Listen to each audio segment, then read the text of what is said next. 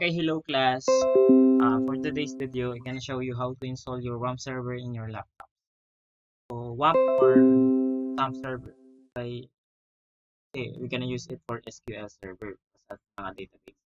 Okay, so type nyo lang, as you can see, nasa Google ako. Just typing the WAMP server or just gonna type the SAMP server. Okay, so ngayon, try mo natin yung WAMP server. You can see, punta niya kayo dun sa pinaka-latest version of WAMP server. So we have download 64 bits and then download 32 bits. Okay, so paano nyo ba malalaman if you are running a system that is 64 bits or 32 bits? So, punta lang kayo sa computer and then this PC, right click lang yan and then this. Then makikita nyo dyan yung system type that is 64 bit. For Windows 11, medyo mahaba siya, nasa pinakababa po siya. Makikita nyo doon 64 bit or 86 bit. Pag 86 siya, that's 32 bit operating system. Kasi 86 ang nakalagay, 32 bit. So sa akin, I'm using 64 bit operating system. Windows 10. It's also pwede sa Windows 11. Okay. Lang natin yan. And then, baba lang kayo. Then, yung kasi meron dito downloads.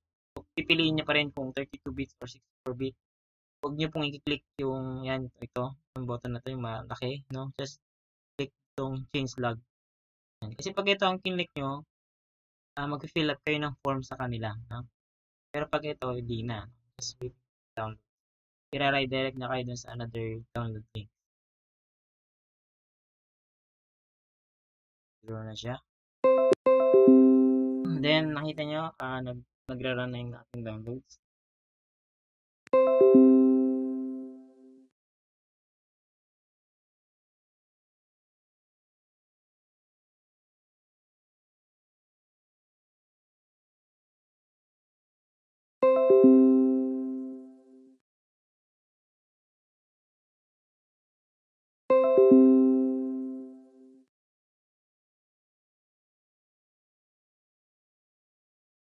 Okay, I think,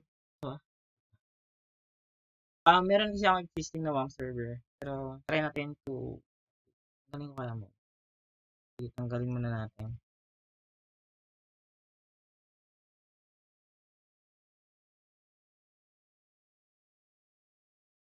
Meron akong existing.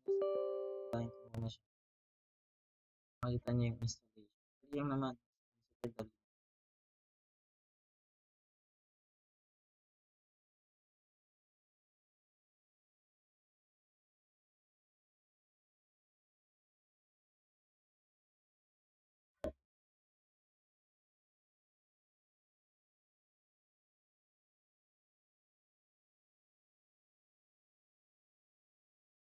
Just waiting to install.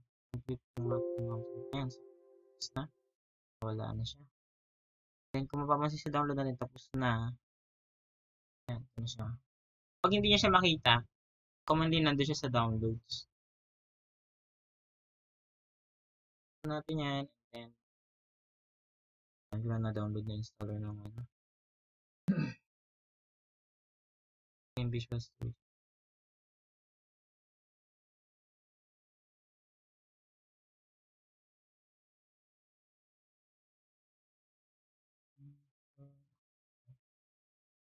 Yan, naklik ko na yan. Dito lang tayo. Kailan ba?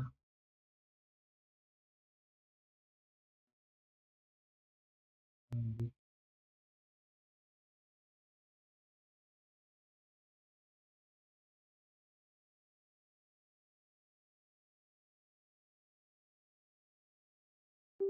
Ayun, gawa na na. Baka maghintay. And then, click OK lang. Then, click the I accept button. I accept radio button. Radio button tawag. Gamitin natin sa Visual Basic. Yan, may existing kasi. Purahin ko muna.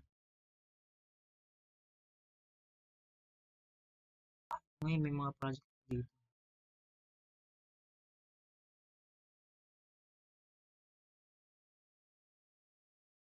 Natin.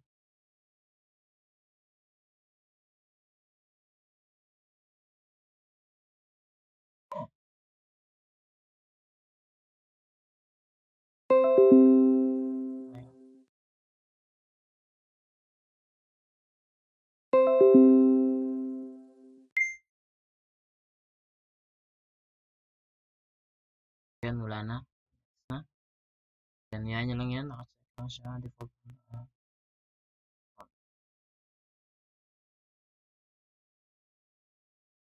Yan lang.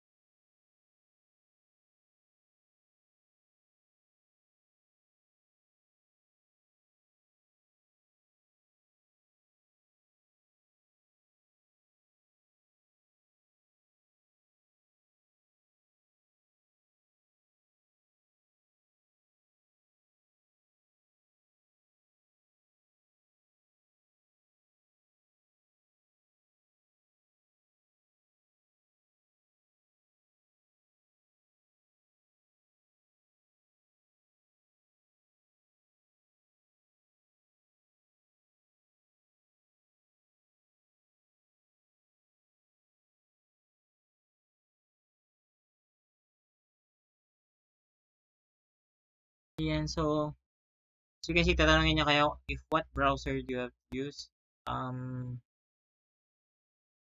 Pagka gusto niyo mag-choose, kasi ang default niya is Edge, the Microsoft Edge.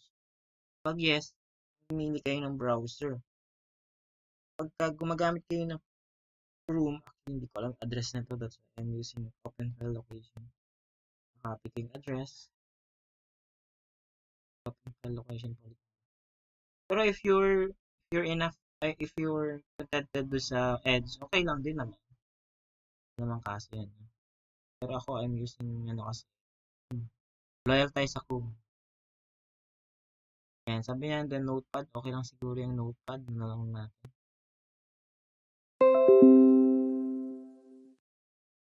Then we'll just wait.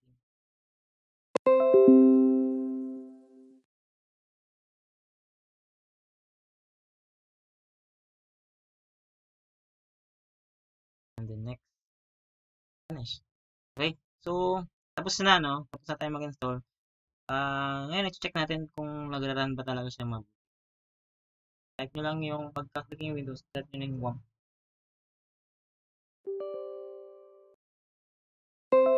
Yan. So as you can see dun sa icon natin, it's red, no? It's turning red.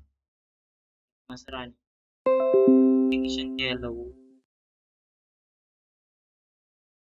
Kaya nyo lang yan, yung talaga. Be patient, sabi ng WAMP server.